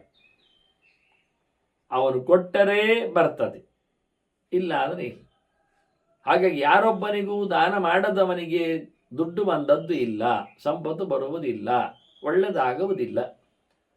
ಕೊಡದೆ ಗಂಟು ಕಟ್ಟಿಕೊಂಡ ಸತ್ತ, ಬರುವ ಜನ್ಮದಲ್ಲಿ ಅವನಿಗೆ ಕೊಡಲು ಬೇಕಾದ ಸೊತ್ತು ಬರುವುದಿಲ್ಲ, ದರಿದ್ರನಾಗಿ ಉಳ್ತಾನೆ, ಬಡವನಾಗಿ ಬೀಳ್ತಾನೆ. ಇನ್ಯಾರದ್ದು ಕದೀತಾನೆ, ಸಿಕ್ಕಿ ಬೀಳ್ತಾನೆ, ಮತ್ತೆ ಪುನಃ ಯಥಾ ಪ್ರಕಾರ ಪಾಪಿ ಆಗ್ತಾನೆ, ದರಿದ್ರನಾಗ್ತಾನೆ, ಬಡವನಾಗ್ತಾನೆ, ಮತ್ತೆ ಪುನಃ ಕೆಳಗೆ ಬೀಳ್ತಾನೆ. ಅದತ್ತದಾನಾಚ್ಯ ಭವೇ ದರಿದ್ರ ಭಾವಾತ್ ಪ್ರಕರೋತಿ ಪಾಪಂ ಪಾಪ ಪ್ರಭಾವಾತ್ ಪುನರೇತ್ಯನ್ಮ ಪುನರ್ದರಿದ್ರ ಪುನರೇವ ಪಾಪಿ. ದಾನ ಕೊಡ್ಲಿಲ್ಲ, ಅದರಿಂದ ದರಿದ್ರನಾದ, ಬಡವನಾಗಿ ಬಂದಿದ್ದಾನೆ, ತಪ್ಪು ಮಾಡಲಿಕ್ಕೆ ನಿಂತಿದ್ದಾನೆ, ಕದಿಯಲು ಶುರು ಮಾಡಿದ್ದಾನೆ, ಅದರಿಂದ ಮತ್ತಷ್ಟು ಪಾಪಿಯಾಗಿದ್ದಾನೆ. ಅದರಿಂದಾಗಿ ಮತ್ತೆ ಅವನು ದರಿದ್ರನಾಗಿ ಬಡವನಾಗಿ ಉಡ್ತಾನೆ, ಮತ್ತಲ್ಲಿಯೂ ದಾನ ಮಾಡಲಿಕ್ಕೆ ಅವನನ್ನೇನು ಸೊತ್ತಿಲ್ಲ, ಮತ್ತೆ ಕದೀತಾನೆ, ಮತ್ತೆ ಕೆಳಗೆ ಹೋಗ್ತಾನೆ. ಈಗ ಹೋಗ್ತಾ ಇರ್ತಾನೆ, ಮತ್ತೆ ಪುನಃ ಮೇಲೆದ್ದು ಬರುವ ಕತೆ ಇಲ್ಲ. ಅದು ನಾದಾತಾರಂ ಭಜಂತ್ಯರ್ಥ ಅಂತ ಹೇಳಿದ್ರು. ಯಾವುದೇ ಪ್ರಕಾರದ್ದಾಗಲಿ ಕೊಡದವನಿಗೆ ಸೊತ್ತುಗಳು ಉಪಯೋಗಕ್ಕೆ ಸಿಗುವುದಿಲ್ಲ. ಒಬ್ಬ ಕಲಿತ, ಅವನು ಯಾರಿಗೂ ಕಲಿಸುವುದಿಲ್ಲ, ಆಗ ಅವನ ವಿದ್ಯೆಗಳು ಅಲ್ಲಿಗೆ ಸಾಯ್ತಾವೆ, ಮರೆತು ಹೋಗ್ತಾವೆ, ಬಿದ್ದು ಹೋಗ್ತಾವೆ. ಕೊಡುವುದರಿಂದ ಅವನು ಹೆಚ್ಚಿಗೆ ಆಗ್ತದೆ, ಇನ್ನಷ್ಟು ತಿಳಿದುಕೊಳ್ಳಲಿಕ್ಕೆ ಬರ್ತದೆ, ಮತ್ತಷ್ಟು ಅವನು ಅಧ್ಯಯನ ಮಾಡಲಿಕ್ಕೆ ಆಗ್ತದೆ. ಇದು ಕ್ರಮ. ಅದರಿಂದ ಕೊಟ್ಟು ಸಾಯಿ, ಕೊಡದೆ ಹಾಳಾಗಿ ಹೋಗಬೇಡ. ಪ್ರತಿಯೊಂದನ್ನು ಉಲ್ಲೇಖ ಮಾಡಿದ ರೀತಿಯವರು. ಯಾವುದನ್ನಾದರೂ ಇರುವುದನ್ನು ಕೊಡುವ ಮೂಲಕ ನೀನು ಬೆಳೀಲಿಕ್ಕೆ ಬರ್ತದೆ. ಹೇಗೆ ಹೇಡಿಯಾದವನನ್ನು ಎಲ್ಲಿಯಾದರೂ ಸಂಪತ್ತು ಅರಸಿಕೊಂಡು ಬರ್ತದ? ಹೇಡಿಯಾದವು ಹೋಗುವುದೇ ಇಲ್ಲ ಹೋರಾಟಕ್ಕೆ. ಹೋದರೂ ಹಿಂದೆ ಓಡಿ ಬರ್ತಾನೆ ಅವನು ಹೇಡಿ ಆದ್ರಿಂದ. ಅವನಿಗೆ ರಾಜ್ಯಶ್ರೀ ಸಿಗ್ತದ? ಇಲ್ಲ. ಜನವರಿಗೆ ಏನಾದರೂ ಮನ್ನಣೆ ಮಾಡ್ತಾರ? ಇಲ್ಲ. ಹಾಗೆಯೇ ಸುಮ್ಮನೆ ಕೂತವನಿಗೆ ಸುಮ್ಮನೆ ಕೂತಿರ್ತದೆ ಅಷ್ಟೇ, ಮತ್ತೆಂಥದ್ದು ಯಾವುದು ಎಚ್ಚರಗೊಳ್ಳಿರುವುದಿಲ್ಲ. ನಾನು ಸುಮ್ಮನೆ ಕೂತಿದ್ದೇನೆ, ನಾನು ಅಡಿಗೆ ಕೋಣೆಯಲ್ಲಿ ಅಕ್ಕಿ ಹಾಕಿದ್ದೇನೆ ಸರಿ. ನಾನು ಅಟ್ಟದಲ್ಲಿ ಕಟ್ಟಿ ಇಟ್ಟಿದ್ದೇನೆ ಸರಿ. ಮತ್ತೆ ಮಧ್ಯಾಹ್ನ ಆಗಿದೆ, ಸುಮ್ಮನೆ ಕೂತಿದ್ದೇನೆ ನಾನು. ಹೌದು, ಮಧ್ಯಾಹ್ನ ಆಗಿದೆ. ಮತ್ತೆ ಏನಾಯಿತು? ಮಧ್ಯಾಹ್ನ ಆಗಿದೆ, ಸುಮ್ಮನೆ ಕೂತಿದ್ದೀಯಲ್ಲ, ಮಧ್ಯಾಹ್ನ ಆಯಿತು. ಸುಮ್ಮನೆ ಕೂತದ್ದಕ್ಕೆ ಮಧ್ಯಾಹ್ನ ಆಯಿತು. ಈಗ ಅಕ್ಕಿ ಏನಾಯಿತು? ಅಕ್ಕಿ ಅಲ್ಲೇ ಉಂಟು, ಕಟ್ಟಿಗೆ ಅಲ್ಲೇ ಉಂಟು. ಮತ್ತು ಅನ್ನ ಅದಾಗಲಿಲ್ಲ. ಯಾಕೆ ಆಗ್ತದೆ? ಮಧ್ಯಾಹ್ನ ಆಯ್ತಲ್ಲ, ಮಧ್ಯಾಹ್ನ ಆಯಿತು. ಹೌದು, ಮಧ್ಯಾಹ್ನ ರಾತ್ರಿ ಆಗ್ತದೆ ಸ್ವಲ್ಪ ಹೊತ್ತಿನಲ್ಲಿ. ಎಷ್ಟು ಮಧ್ಯಾಹ್ನಗಳಾಗ್ತವೆ ಏನು? ಅನ್ನ ಎಲ್ಲಿ ಆಗ್ತದೆ? ಸುಮ್ಮನೆ ಕೂತವನ್ನೆಲ್ಲ ಏನಾಗ್ತದೆ? ಅದನ್ನು ಒಡ್ಡಬೇಕು. ಅವನು ಕಟ್ಟಿಗೆಗೆ ಬೆಂಕಿ ಹಚ್ಚಬೇಕು, ಪಾತ್ರೆ ಇಡಬೇಕು, ಅದರ ನೀರು ಹೊಯ್ಬೇಕು, ಅಕ್ಕಿಯನ್ನು ಹಾಕಬೇಕು. ಮತ್ತೆ ಕೆಲವೊಮ್ಮೆ ಈಚೆ ಬಂದಾಗ ಬೆಂಕಿ ಶಾಂತ ಆಗ್ತದೆ, ಅದನ್ನು ಮತ್ತೆ ಉರಿಸಬೇಕು. ಆಚೆ ಹೋದಾಗ ನೀರು ಖಾಲಿ ಆಗ್ತದೆ, ಮತ್ತೆ ಅದಕ್ಕೆ ನೀರು ಹಾಕಬೇಕು. ಕೆಲವೊಮ್ಮೆ ಎಷ್ಟು ಬೇಕು ಅಂತ ಗೊತ್ತಿರಬೇಕಲ್ಲ, ಆಗ ಮಾತ್ರ ಆಗ್ತದೆ. ನಿಷ್ಕ್ರಿಯನಾದವನಿಗೆ, ಸುಮ್ಮನೆ ಕೂತವನಿಗೆ, ಅರ್ಧಂಬರ್ಧ ಕೆಲಸ ಮಾಡಿದವನಿಗೆ, ಒಂದು ಮಾಡಿ ಮತ್ತೆ ಬರುವವನಿಗೆ, ನಾನು ಕಟ್ಟಿಗೆ ಇಟ್ಟು ನೀರು ಹಾಕಿ ಅದಕ್ಕೆ ಅಕ್ಕಿಯೆಲ್ಲ ಹಾಕಿ ಮುಚ್ಚಿಟ್ಟು ಹೋಗಿದ್ದೇನೆ, ಮಧ್ಯಾಹ್ನ ಬಂದು ನೋಡ್ತೇನೆ ಅನ್ನ ಆಗಲಿಲ್ಲ. ಯಾಕೆ ಬೆಂಕಿ ಹಾಕಲಿಲ್ಲವ? ಕಟ್ಟಿಗೆ ಇಟ್ಟರೆ ಆಗ್ತದ?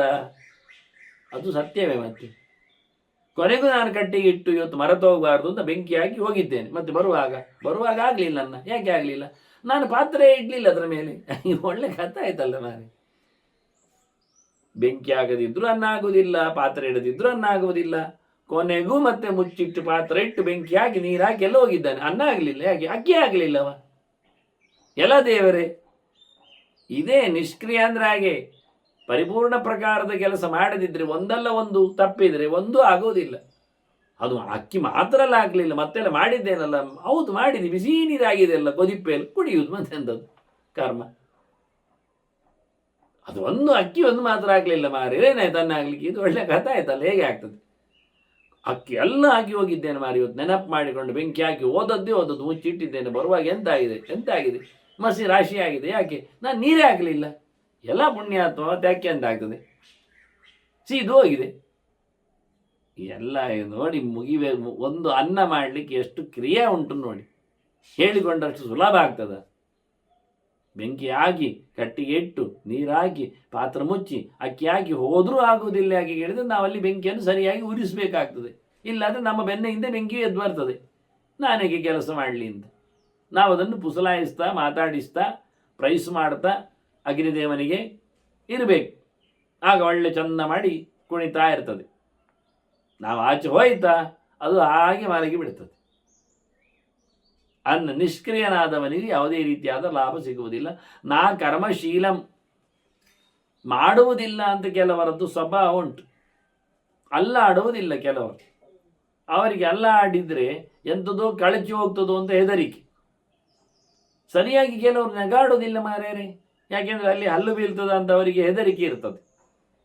ಮತ್ತೆ ನಂಜಿ ಆಗ್ತದೆ ಅವರಿಗೆ. ತಾವು ನೆಗಾಡುವುದರಿಂದ ಮತ್ತು ಸುತ್ತಮುತ್ತಲು ಎಲ್ಲವೂ ಪ್ರಕೃತಿ ಅರಳಿ ನಿಂತರೆ, ಅವರೆಲ್ಲ ಸುಖವಾಗಿ ಕೂತಾರೆ ಹೇಳ್ತಕ್ಕಂಥ ಒಂದು ಭಯಂಕರ ಅವರಿಗೆ ಮುಳ್ಚಟು, ಹೊಟ್ಟೆಗಿಚ್ಚು, ಬಂಜಿನಾಡು. ಎಂತ ಮಾಡುವುದಾಗ? ಆದ್ದರಿಂದ ಮನುಷ್ಯ ಕ್ರಿಯಾಶೀಲನಾಗಬೇಕು, ಆಕ್ಟಿವ್, ಸಹಜವಾಗಿ, ಬಲಾತ್ಕಾರದಲ್ಲೆಲ್ಲ. ಅಂಥವನಿಗೆ ಸಹಜವಾಗಿ ಸುಖ ಒಮ್ಮೆತ್ತಿಕೊಳ್ಳುತ್ತದೆ. ಶೂರತನವನ್ನು ತೋರಿಸಿದ್ರೆ ರಾಜ್ಯಶ್ರೀ ಸಿಗ್ತದ?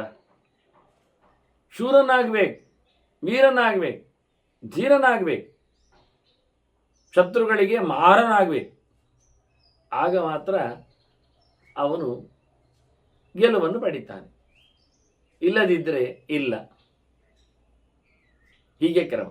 ಎಲ್ಲಿವರೆಗೆ ಕೇಳಿದರೆ ಕೊನೆಗೊಂದು ಮಾತು ಹೇಳ್ತಾರೆ ಚತುರ್ಮುಖ, ನೈವ ತಪಸ್ವಿನಂ ನೈವ ಅತಪಸ್ವಿನಂ ತಥಾ ನೈವ ಅತಪಸ್ವಿನಂ.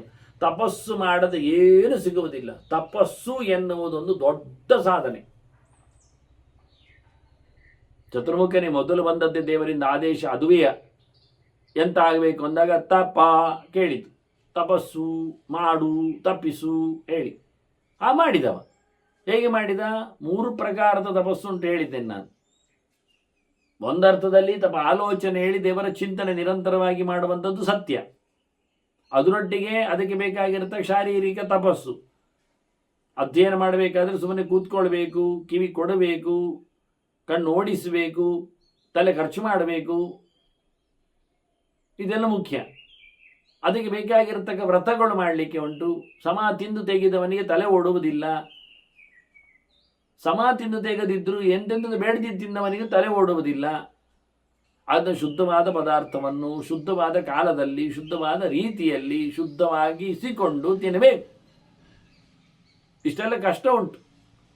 ಆಹಾರದ ಶುದ್ಧಿ, ಆಹಾರ ಶುದ್ಧವು ಸತ್ವಶುದ್ಧಿ, ಸತ್ವಶುದ್ಧವು ಧ್ರುವಾಸ್ಮೃತಿ ಅಂತ ಕೇಳಿದ್ದು. ಆಹಾರದ ಶುದ್ಧಿ, ಅದನ್ನು ತಿನ್ನುವಾಗ ತಿನ್ನಲು ಬೇಕಾಗಿರತಕ್ಕ ಶುದ್ಧಿ, ಅದರ ಜೊತೆಯಲ್ಲಿ ಕಾಲದ ಶುದ್ಧಿ. ಒಳ್ಳೆ ಆಹಾರ ಹೇಳಿಕೊಂಡು ನಡುರಾತ್ರಿ ತಿಂದರೆ ಆಗುವುದಿಲ್ಲ. ಒಳ್ಳೆ ಆಹಾರ ಇದೆ ಹೇಳಿಕೊಂಡು ನಿಂತುಕೊಂಡು ತಿಂದರೆ ಅದು ಪ್ರಯೋಜನ ಆಗಲಿಲ್ಲ. ಒಳ್ಳೆ ಆಹಾರ ಉಂಟು ಹೇಳಿಕೊಂಡು ಹೊರಗೆ ಬಂದು ತಿಂದರೆ ಅದು ಆಗುವುದಿಲ್ಲ. ಉಪ್ಪರಿಗತ್ತಿ ತಿಂದರೆ ಅದು ಆಗುವುದಿಲ್ಲ. ಹೀಗೆ ಎಲ್ಲಿ ತಿನ್ನಬೇಕು, ಹೇಗೆ ತಿನ್ನಬೇಕು, ಎಷ್ಟು ತಿನ್ನಬೇಕು ಎಲ್ಲ ಕ್ರಮ ಪ್ರಕಾರ ಉಂಟು ವ್ಯವಸ್ಥೆ.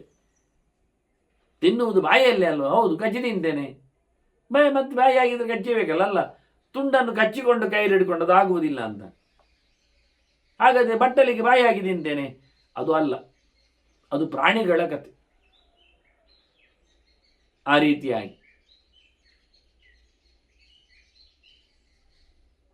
ಅದು ಮಾಡಲಿಕ್ಕಿಲ್ಲ. ಹೀಗೆ ಒಂದೊಂದು ಪ್ರಕಾರವನ್ನು ಉಲ್ಲೇಖ ಮಾಡುತ್ತಾರೆ. ಶಾರೀರಿಕವಾದ ತಪಸ್ಸು, ಮಾನಸಿಕವಾದ ತಪಸ್ಸು, ವಾಚಿಕವಾದ ತಪಸ್ಸು. ಯಾರನ್ನು ಎಂದು ಯಾವುದೇ ರೀತಿಯಾಗಿ ಘಾಸಿಗೊಳಿಸುವಂತೆ ಮಾತು ಬರಬಾರದು. ಅಂಥವನು ಮೇರಿತಾನೆ. ಅಂಥವನು ಇಡೀ ಅವನು ನಂಬಿದ ವಸ್ತುಗಳ ಪ್ರಯೋಜನ ಅವನಿಗೆ ದಕ್ತದೆ, ಯೂಸ್ಫುಲ್ ಆಗ್ತಾನೆ, ಯೂಸ್ಫುಲ್ಲು ಆಗ್ತದೆ. 2 ಪ್ರಕಾರ. ಭಜಂತಿ ಅರ್ಥ ಅಂತ ಹೇಳಿದ ಅದಕ್ಕೆ ಎಲ್ಲ ಪ್ರಯೋಜನಗಳು, ಎಲ್ಲ ವಿಷಯಗಳು, ಎಲ್ಲ ಸೊತ್ತುಗಳು, ಎಲ್ಲ ದ್ರವ್ಯಗಳವನನ್ನು ಮಾತಾಡಿಸ್ತಾವೆ, ಬಂದು ಸೇರ್ತಾವೆ. ನೋಡಿ, ದೇವರು ತಪಸ್ಸು ಮಾಡಿದ್ದಾನೆ ಇವು ಹೇಳುದು. ಅಲ್ಲಿ ಅವ್ಯಕ್ತ ಲೋಕದಲ್ಲಿ ನಾರಾಯಣ ತಪಸ್ಸು ಮಾಡ್ತಾ ಇಲ್ವಾ? ಯಾಕೆ? ಹೀಗೆ ತಪಸ್ಸು ಮಾಡದೇ ಇದ್ರೆ ಅಂತ ಸಿಗುವುದಿಲ್ಲ ಅಂತ ಅವನಿಗೊಂದು ತೋರಿಸಬೇಕು. ಅದಕ್ಕೆ ಮಾಡಿಯೇ ತೋರಿಸು. ಕೃಷ್ಣ ಇಲ್ಲಿ ಹೇಳಲಿಲ್ವಾ? ಉತ್ಸೇ ದೇವಿಗೆ ಮೇ ಲೋಕ ನಗುರಿಯಾಂ ಕರ್ಮಚೇತ ಹಂ.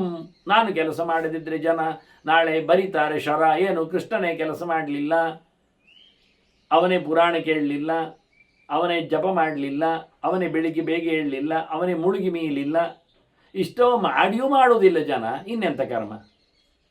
ಕೃಷ್ಣ ತೋರಿಸಿದ್ದಾನೆ, ಮುಳುಗಿ ಮಿಂದು ತೋರಿಸಿದ್ದಾನೆ, ಬೆಳಿಗ್ಗೆ ಎದ್ದು ತೋರಿಸಿದ್ದಾನೆ, ಸಂಧ್ಯೆಗೆ ಜಪವನ್ನು ಮಾಡಿ ತೋರಿಸಿದ್ದಾನೆ. ಇಷ್ಟಾಗಿ ನಾವು ಮಾತ್ರ ಅವನ ಭಕ್ತರು, ಅವನ ಜನರು, ಅವನ ಭೃತ್ಯರು ಅಂತ ಹೇಳಿಕೊಂಡು ನಾವು ಮಾಡುವಾಗ ಮಾತ್ರ ವಿರುದ್ಧವಾಗಿ ಮಾಡೋದು.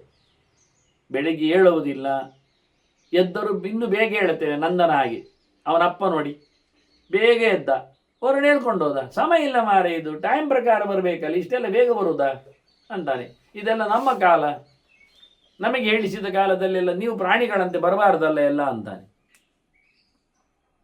ಇದೆಲ್ಲ ಗೊತ್ತಿದ್ರು, ಕತೆ ಕೇಳಿದ್ರು, ನಾವು ಗಮ್ಮತ್ತಾಗಿ ಅವನನ್ನು ಪೂಜೆ ಮಾಡ್ತಾ ಇದ್ರು. ನಾವು ಮಾತ್ರ ಹೇಳುವುದು 2ವರೆಗೆ, 3 ಗಂಟೆ ಮೊದಲೇ, ಅಪರಾತ್ರದಲ್ಲಿ ನಂದ ಹೋದಾಗೆ. ಈಗ ನನ್ನನ್ನು ಕರ್ಕೊಂಡು ಹೋಗ್ಲಿಕ್ಕೆ ಹಾಗಾದ್ರೆ ಬರ್ತಿದ್ರು ವರ್ಣಲೋಕದ ಭೃತ್ಯರು. ಈಗ ಯಾರು ಬರುವುದಿಲ್ಲ. ಹಾಳಾಗಿ ಹೋಗ್ಲಿಂದ ಸುಮ್ಮನೆ ಒಮ್ಮೆ ಕತೆ ಹೇಳಿ ಆಯ್ತಲ್ಲ, ಮತ್ತೆಂಥದ್ದು ಕೇಳ್ತಾರೆ ಅವರು. ಮತ್ತೆ ಅದೇ ತಪ್ಪು ಮಾಡಿದರೆ ಇದಕ್ಕೆ ಉತ್ತರ ಇಲ್ಲ. ಮತ್ತೆ ಹಾಗೆ ದೇವರು ಸಹ ತಾನು ಎಲ್ಲ ಬಗೆಯ ಪ್ರಕಾರದ ತಪಸ್ಸನ್ನು ಮಾಡಿಯೇ ಸಿಗುವಂಥದ್ದು ತನಗೆ ಸೌಕರ್ಯ ಅಂತ ತೋರಿಸಿಕೊಟ್ಟಿದ್ದಾನೆ. ದೇವರಿಗೇನು ಕಮ್ಮಿ ಇಲ್ಲ. ಹೌದು, ಯಾಕೆ? ಅವನು ತಪಸ್ಸು ಮಾಡಿದ್ದಾನೆ, ಅದಕ್ಕೆ ಸಿಕ್ಕಿದ್ದು. ಹಾಗೆ ಹೇಳ್ತಾನೆ ಅವನು ಸಹ. ಸ್ವಂಚೇತ್ ಕರ್ಮಫಲಂ ನಸ್ಯಾತ್ ಸರ್ವಮೇವ ಅಫಲಂ ಭವೇತ್. ಕರ್ಮ ಮಾಡಿದ್ದಕ್ಕೆ ಅವನಿಗೆ ಫಲ ಅಂತ ಅಲ್ಲದೇ ಇದ್ದರೆ ಇಲ್ಲಿ ಸಿಕ್ಕಿಬಿದ್ದದ್ದಾಗೆ. ದೇವರು ಕರ್ಮ ಮಾಡುವುದಿಲ್ಲ, ಆದರೆ ದೇವರಲ್ಲಿ ಎಲ್ಲ ವೈಭವ ಉಂಟು. ಆದರೆ ನಾವು ಸಹ ಕರ್ಮ ಮಾಡುವುದಿಲ್ಲ. ಎಲ್ಲ ವೈಭವ ಇರಲಿ. ಅಲ್ಲ, ಕೆಲಸ ಮಾಡದೆ ವೈಭವ ಬರುವುದಿಲ್ಲ ಹೇಳಿದರೆ ದೇವರು ಕೆಲಸ ಮಾಡಲಿಲ್ಲಲ್ಲ, ವೈಭವ ಬರಲಿಲ್ಲ, ಅವನಿಗೆ ಬರ್ತದೆ. ಅದಕ್ಕೆ ದೇವರೇನು ಮಾಡಿದ? ಇಲ್ಲ, ತಪಸ್ಸಿನಿಂದಲೇ ಲಾಭ, ಜಪದಿಂದಲೇ ತುಷ್ಟಿ, ಅಧ್ಯಯನದಿಂದಲೇ ಮೋಕ್ಷ ಎಲ್ಲ ತಾನು ತೋರಿಸಿಕೊಟ್ಟ. ಶಿವನ ಆರಾಧನೆಯಿಂದಲೇ ಮಕ್ಕಳು ಸಿಗುವಂಥದ್ದು ಎನ್ನುವುದನ್ನು ತಾನೇ ಹೋಗಿ ಕೈಲಾಸದಲ್ಲಿ ನಿಂತು ಶಿವಾರಾಧನೆ ಮಾಡಿ ಮಗನನ್ನು ಪಡೆದು ಬಂದ. ಹೇಗೆ ಲೋಕದ ಜನರಿಗೆ ಗೊತ್ತಾಗಲಿ ಅದೊಂದು ಕ್ರಮ ಹಾಗೆ ಅಂತ. ಹಾಗೆ ಆದ್ದರಿಂದ ಅವನು ಮಾಡಿದ ಕೆಲಸ ಅವನು ಫಲವನ್ನು ಪಡೆಯುತ್ತಾನೆ, ಮಾಡಿದರೆ ಫಲವನ್ನು ಪಡೀತಾನೆ ಎನ್ನುವುದನ್ನು ಉಳಿಸಿಕೊಳ್ಳಬೇಕಾದ್ರೆ ದೇವರೂ ಕೆಲಸ ಮಾಡಿ ದೇವರೂ ಫಲವನ್ನು ಪಡೆದದ್ದನ್ನು ತೋರಿಸಿಕೊಡ್ಬೇಕು. ದೇವರು ಮೆರೆದದ್ದು ತೋರಿಸಿದ್ದಾನೆ, ಅಧಿಕಾರದಲ್ಲಿ ಇರುವುದು ತೋರಿಸಿದ್ದಾನೆ, ಸಂಪತ್ತೆಲ್ಲ ಇರುವುದು ಅವನು ತೋರಿಸಿದ್ದಾನೆ. ಹಾಗಾದ್ರೆ ಇದು ಹೇಗೆ ಬಂತು? ಸುಮ್ಮನೆ ಬಂತು. ಹಾಗಾದ್ರೆ ನಮಗೂ ಸುಮ್ಮನೆ ಬರಲಿ, ನಾವು ದೇವರೇ ಅಂತ ಹೇಳಿಕೊಂಡು ಮೇರಿತಾರೆ ಕೆಲವರು. ಇಲ್ಲ ಮಾರಾಯ, ನೀನು ದೇವರು ಅಲ್ಲ, ನಿನಗೆ ಬೇಕಾದರೆ ಕೆಲಸ ಮಾಡು, ಸಿಗ್ತದೆ ಅನ್ನೋದನ್ನು ಹೇಳಿಬಿಟ್ಟು, ನಾನು ದೇವರು ಈಗ ಅಲ್ಲ, ಆಗಿ ಹೋಗ್ತೇನೆ, ಮತ್ತೆ ಸತ್ತ ನಂತರ ನಾನು ದೇವರೇ. ಹಾಗಾದರೆ ಸಾಯಿ, ಸಂಕಟ ಪಡುದು ಯಾಕೆ ನೀನೀಗ?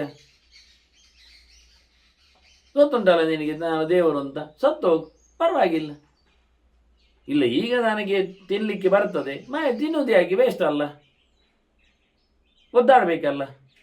ನೀನೇ ದೇವರಾದರೆ ನೀನು ಬದುಕಿರುವುದು ಏಕೆ? ಈ ಒದ್ದಾಟದಲ್ಲಿ, ಈ ಸಂಕಟದಲ್ಲಿ, ಈ ನೋವಿನಲ್ಲಿ, ಸುಖದಲ್ಲಿ ಇಲ್ಲ ಸರಿಯಾಗಿ. ಆದ್ದರಿಂದ ನೀನು ದೇವರಾದರೆ ಸಾಯಿ ಬೇಗ. ಸತ್ತರೆ ನೀನು ದೇವರಾಗ್ತಿ ಅಂತಾದರೆ ಬೇಗ ದೇವರಾಗೋದು ಒಳ್ಳೇದಲ್ವ? ಒಳ್ಳೆಯ ವಿಷಯನ ಯಾರು ಬೇಗ ತಗೊಳ್ತಾರಲ್ಲ, ಯಾವಾಗಲೂ ಮಾಡಿಕೋ, ಯಾಕೆ ತಡ ಮಾಡ್ತಿ? ಅದನ್ನ ದೇವರು ತಾನೆಲ್ಲ ಪಡೆದಿದ್ದೇನೆ ತೋರಿಸುವುದು ತಾನು ಮಾಡಿದ ತಪಸ್ಸಿನಿಂದ ಅಂತಲೇ ಎನ್ನುವುದನ್ನೇ. ಅವನು ಅದನ್ನು ಮಾಡ್ತಾ ಇದ್ದಾನೆ ಜನರಿಗೆ ಶಿಕ್ಷಣಗೊಳ್ಳಲಿಕ್ಕೆ. ತಾನು ಸಮರ್ಥ್ಯಾವತಾರಸ್ತಿಹ ಮರ್ತ್ಯ ಶಿಕ್ಷಣಂ ಅಂತ. ಮನುಷ್ಯರನ್ನು ತಿದ್ದಲೋಸಿಗ ದೇವರು ಇಲ್ಲಿ ಬಂದಿರ್ತಾನೆ. ಹೀಗೆ ಅವನ ಕ್ರಮ. ಹೀಗಾಗಿ ಇಡೀ ಲೋಕದಲ್ಲಿ ಇದೇ ರೀತಿಯಾಗಿ ಪ್ರತಿಯೊಬ್ಬರೂ ಅವರವರ ಕೆಲಸ ಮಾಡಿದ್ದಕ್ಕೇನೆ ಫಲ ಪಡೋದು. ಅದರಿಂದ ಸಂಚೇತ್ ಕರ್ಮ ಫಲಂ ನಸ್ಯಾತ್. ತಾನು ಮಾಡಿದ್ದಕ್ಕೆ ಅವನಿಗೆ ಸಿಗುವುದಲ್ಲ ಅಂತ ಆದರೆ ಸರ್ವಮೇವ ಫಲಂ ಭವೇತ್. ಎಲ್ಲ ಕೆಲಸಕ್ಕೂ ಬೆಲೆಯೇ ಇಲ್ಲ ಆಗ್ತದೆ. ಕೆಲಸ ಮಾಡದೇ ಬೆಲೆ ಕೊಡಬೇಕಾಗ್ತದೆ. ಲೋಕೆ ದೈವಂ ಸಮಾಲಕ್ಷ್ಯ ಉದಾಸೀನೋ ಭವೇದ್ ಯದಿ. ಪ್ರತಿಯೊಬ್ಬರೂ ದೇವರು ಕೊಡ್ತಾನೆ ಹೇಳಿ ಬಾಯಿ ಮುಚ್ಚಿ ಕೂತ್ಕೊಳ್ತಾನೆ, ಉದಾಸೀನನಾಗ್ತಾನೆ, ಸುಮ್ಮನೆ ಕಾಲೆಸೆದು ಬೀಳ್ತಾನೆ. ಅದನ್ನ ಲೋಕದಲ್ಲಿ ದೇವರನ್ನು ನೋಡಿ ಕೆಲಸ ಮಾಡುವುದಲ್ಲವೇ ಅಲ್ಲ, ಕೆಲಸ ಬಿಡುವುದಲ್ಲವೇ ಅಲ್ಲ. ನೀನು ಮಾಡು, ದೇವರು ಬರ್ತಾನೆ. ಅಗರ್ತ್ವ ಮಾನುಷಂಕರಮ ಯೋ ದೈವಮನು ವರ್ತತೆ. ಮಾಡಬೇಕಾದ ಮನುಷ್ಯ ಕೆಲಸವನ್ನು ಮಾಡದೇ ಇದ್ದರೆ ಯಾರು, ಎಲ್ಲಿ ಯಾರನ್ನು ದೇವತೆ, ಭಗವಂತ, ದೈವ, ಭಾಗ್ಯ ಅದು ಹುಡುಕಿಕೊಂಡು ಹೋಗ್ತದೆ? ಮಾಡುವ ಕೆಲಸವನ್ನು ಮಾಡಿದರೆ ಮಾತ್ರವೇ ದೈವ ಹುಡುಕಿಕೊಂಡು ಬರ್ತದೆ. ಮಾಡಿದ ಬೆನ್ನ ಹಿಂದೆ ಕೆಲಸ ಮಾಡುವಾಗಲೇ, ಇಲ್ಲ ಆದರೆ ಅಲ್ಲ. ವೃತಾ ಭ್ರಾಮ್ಯತಿ ಸಂಪ್ರಾಪ್ಯ ಪತಿಂ ಕ್ಲೀಬ ಮೀಮಾಂಗನ. ಹೆಣ್ಣು ಗಂಡನನ್ನು ಪಡೆದ್ಲು. ಎಂತಾಯಿತು ಗಂಡ? ಅದು ನಪುಂಸಕವ. ಈಗೇನಾಯ್ತು ಹೆಣ್ಣಿಗೆ? ಎಂಥದ್ದಾಗಲಿಲ್ಲ, 0. ಏನೊಂದು ಬರಬೇಕಿತ್ತು, ಅವಳಿಗೆ ಸಿಗಬೇಕಿತ್ತು ಸುಖ, ಅದು ಯಾವುದು ಸಿಗುವುದಿಲ್ಲ. ನಪುಂಸಕನನ್ನು, ಕ್ಲೀಬನನ್ನು ಪಡೆದು ನಿಂತ ಹುಡುಗಿ ಹಾಗೆ ಕೆಲಸ ಮಾಡದೆ ನನಗೆ ದೈವ ಅನುಗ್ರಹ ಬರ್ತದೆ ಅಂತ ಕೂತರೆ ಸುಮ್ಮನೆ ತಿರುಗಬೇಕಷ್ಟೇ, ವ್ಯರ್ಥವಾಗ್ತದೆ, ಪ್ರಯೋಜನ ಇಲ್ಲ ಆಗ್ತದೆ. ಕೃತಃ ಪುರುಷಕಾರಸ್ತು ದೈವಮೇವಾನು ಬರ್ತದೆ. ನೀನು ಪ್ರಯತ್ನ ಪಡು, ಆಗ ನಿನಗೆ ದೈವ ಅನುಕೂಲ ಮಾಡ್ತದೆ. ನ ದೈವಂ ಅಕೃತಂ ಕಿಂಚಿತ್ ಕಸ್ಯಚಿತ್ ಆತ್ಮರತಿ. ಮಾಡದೇ ಇದ್ದದ್ದಕ್ಕೆ ದೇವರು ಏನು ಕೊಡುವುದಿಲ್ಲ.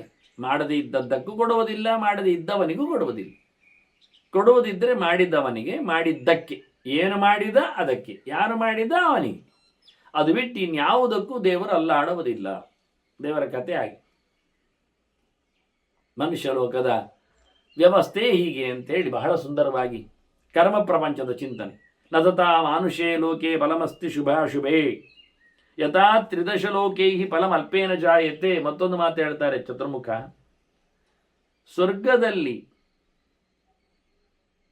ಫಲ ಸಿಗ್ತದೆ, ಸುಖವಾಗಿರ್ತದೆ. ಆ ಪ್ರಕಾರದಲ್ಲಿ ಈ ಲೋಕದಲ್ಲಿ ಕಮ್ಮಿ ಕೆಲಸದಲ್ಲಿ ಎಲ್ಲ ಸುಖ ಆಗುವುದಿಲ್ಲ. ಮನುಷ್ಯ ಲೋಕದಲ್ಲಿ ಚೂರು ಮಾಡಿದ್ದಕ್ಕೆ ಭಾರಿ ಪುಣ್ಯ ಆಗಲಿ, ಚೂರು ಹಾಳು ಮಾಡಿದ್ದಕ್ಕೆ ಭಾರಿ ಪಾಪ ಆಗಲಿ ಇಲ್ಲ. ಅಲ್ಪವಾದ ಕರ್ಮದಲ್ಲಿ ಲೋಕದಲ್ಲಿ ಬಹಳ ಮಟ್ಟಿನ ಲಾಭಗಳು ಕಾಣುವುದಿಲ್ಲ. ಅದರಿಂದ ಒಮ್ಮೆಲೆ ನಮಗೆ ಲೆಕ್ಕಾಚಾರ ಮಾಡಲಿಕ್ಕೆ ಸಿಗುವುದಿಲ್ಲ. ಮನುಷ್ಯ ಲೋಕದಲ್ಲಿ, ಸ್ವರ್ಗಲೋಕದಲ್ಲಿ ಉಂಬಂತೆ, ನರಕದಲ್ಲಿ ತಿಂಬಂತೆ, ಮನುಷ್ಯ ಲೋಕದಲ್ಲಿ ಇಂಥ ಲೆಕ್ಕಕ್ಕೆ ಹೇಳಲಿಕ್ಕೆ ಬರಬೇಡಿ.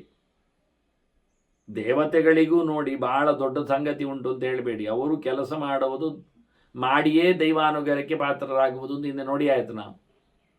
ಹಾಗಾಗಿ ಅವರದ್ದು ಪೂರ ಏನು ಅಲ್ಲ. ಯಥಾಸ್ಥಾನಾನಿ ಅನಿತ್ಯಾನಿ ದೃಶ್ಯಂತೆ ದೈವತೇಶ್ವವಿ. ದೇವತೆಗಳ ಸ್ಥಾನಮಾನಗಳು ನಿತ್ಯ ನಿರಂತರ ಇಲ್ಲ. ಅದು ಪಡೆದದ್ದು ಕರ್ಮದಿಂದಲೇ. ಅದು ಕಥಂ ಕರ್ಮವಿನಾ ದೈವಂ. ಕರ್ಮ ಇಲ್ಲದೆ ದೈವ ಅನುಗ್ರಹ ಆಗುವುದು ಹೇಗೆ? ಸ್ಥಾಪ್ಯತೆ ಸ್ಥಾಪಯಿಷ್ಯತಿ. ಒಂದು ಜಾಗದಲ್ಲಿ ಒಂದು ಅಧಿಕಾರದಲ್ಲಿ ಒಬ್ಬರನ್ನು ಕುಳ್ಳಿರಿಸುವುದಾಗಲಿ ತೆಗೆಯುವುದಾಗಲಿ ಅವರೆಲ್ಲ ಅಂದರೆ ಈಗ ಇಲ್ಲಿ ಹೇಳಲಿಲ್ಲ, ಬೇಕಾದಷ್ಟು ಕಡೆ ಹಿಂದೆ ಬಂದಿದೆ. ಮತ್ತೆ ತಪಸ್ಸು ಮಾಡುವಾಗ ಚತುರ್ಮುಖರ ಬಗ್ಗೆ ಹೇಳಿದ್ದಾರಲ್ಲ, ಹಾಗೆ 100 ಗಟ್ಟಲೆ ತಪಸ್ಸು ಮಾಡಿದ್ದು, ರುದ್ರದೇವರು 10-50 ಕಲ್ಪಗಳಲ್ಲಿ ಕೂತು ತಪಸ್ಸು ಮಾಡಿದ್ದು, ತಲೆ ಕೆಳಗಾಗಿಕೊಂಡು ಧೂಮವನ್ನು ಕುಡಿಯುತ್ತಾ ತಪಸ್ಸು ಮಾಡಿದ ಕಥೆಗಳು, ಇಂದ್ರಾದಿಗಳ ಕಥೆ ತಪಸ್ಸುಗಳು, ಇವೆಲ್ಲ ಪ್ರತಿಯೊಬ್ಬರೂ ತಪಸ್ಸಿನಿಂದಲೇ ಸಿದ್ಧಿಯನ್ನು ಪಡೆದದ್ದು.